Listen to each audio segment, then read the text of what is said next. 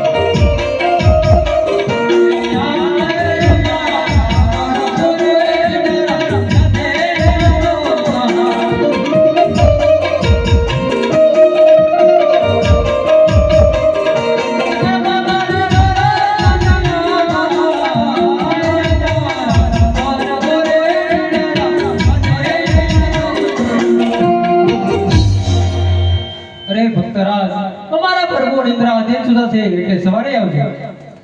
અરે વીરા પરોળિયો, પ્રભુ અત્યારે કદાપી નિદ્રાધીન નથી સુતા. પ્રભુને જઈને કહો કે તેમનો લાડીલો અને પ્રેમીલો ભક્ત તેમના દર્શનની આશાએ આવ્યો છે. અરે પ્રભુ, તમારો લાડીલો અને પ્રેમીલો ભક્ત મળવા માંગે છે. અરે વીરા પરોળિયો, ભક્તોના માટે હંમેશા દર બુલંદ હોય છે, માટે તને રાજી ખુશી થયો. બહુ સરસ. આહા, અરે મારા હો ભાગ્ય કે પ્રભુએ મને સાક્ષાત દર્શન દીધા. અત્યારે પ્રભુ પોતે મારી નજર સમક્ષ ઊભા છે. અરે રે, પણ આ શું? અરે દુઃખ તો મૃત્યુલોકના માનવીઓને પડતું આવે છે, જ્યારે આ તો ત્રિલોકના નાથ છે. લલાટે પાટા બાંધ્યા છે, રુધિરની ધાર વહી રહી છે. શું દુઃખ પ્રભુને પણ છોડતું નહીં હોય? તો લાવ પહેલા પ્રભુને પૂછી જો. હે આજે લલાટે પાટા રે પ્રભુજી શનારે માતા.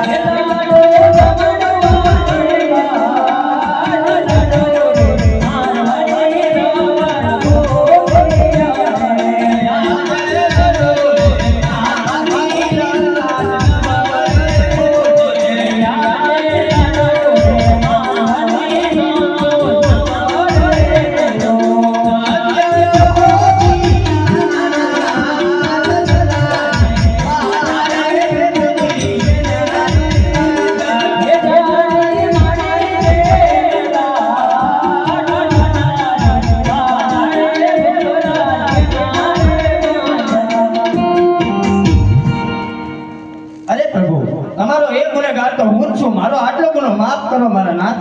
અરે ભક્તોના માટે હંમેશા ગુનો માફ જ હોય છે. આટલા કષ્ટ ઉઠીને અહીંયા આવવાનું શું જરૂર પડે?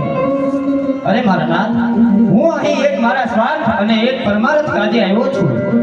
અરે ભક્તરાજ, તો તમારો પરમાર્થ મને જણાવો. હે મારા નાથ, યવન લોકો ગાયોની કતલ કરાવી રહ્યા છે. હિન્દુ લોકો પાસે કબર પૂજા કરાવે છે. આવો તો ચારે તરફ ધર્મનો નાશ થઈ રહ્યો છે મારા નાથ. અને ભૈરવા નામનો રાક્ષસ બાર ગાવ દૂર માથે પશુ કે પક્ષી કાંઈ રહેવા દેતો નથી. માટે આનું કંઈક નિવારણ કરો મારા નાથ, આનું કંઈક નિવારણ કરો. અરે ભક્તરાજ, નામ છે તેનો નાશ જરૂર છે, માટે તમારો સ્વાર્થ જણાવો. હે મારા નાથ, મારે ઘરે શેર માટીની ખોટ છે પ્રભુ. મારા રાજની પ્રજા મને વાંજ્યો કહીને મેણા બોલે છે પ્રભુ. મારા શુકલ લેવા કોઈ રાજી નથી, માટે મારા ઘરે પૂજનું પારણું બંધાવો. અરે ભક્તરાજ, તો હું કહું ને તમે સાંભળો કે આજે અમારા ડગના પેલા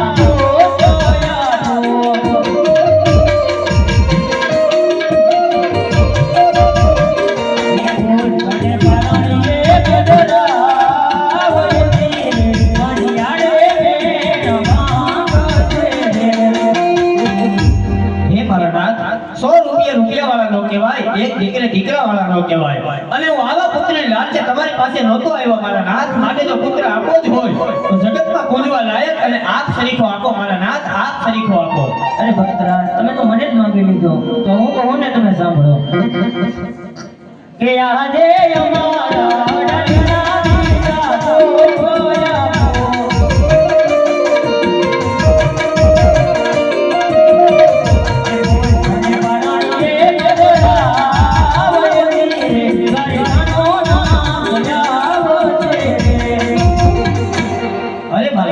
આજે પેલું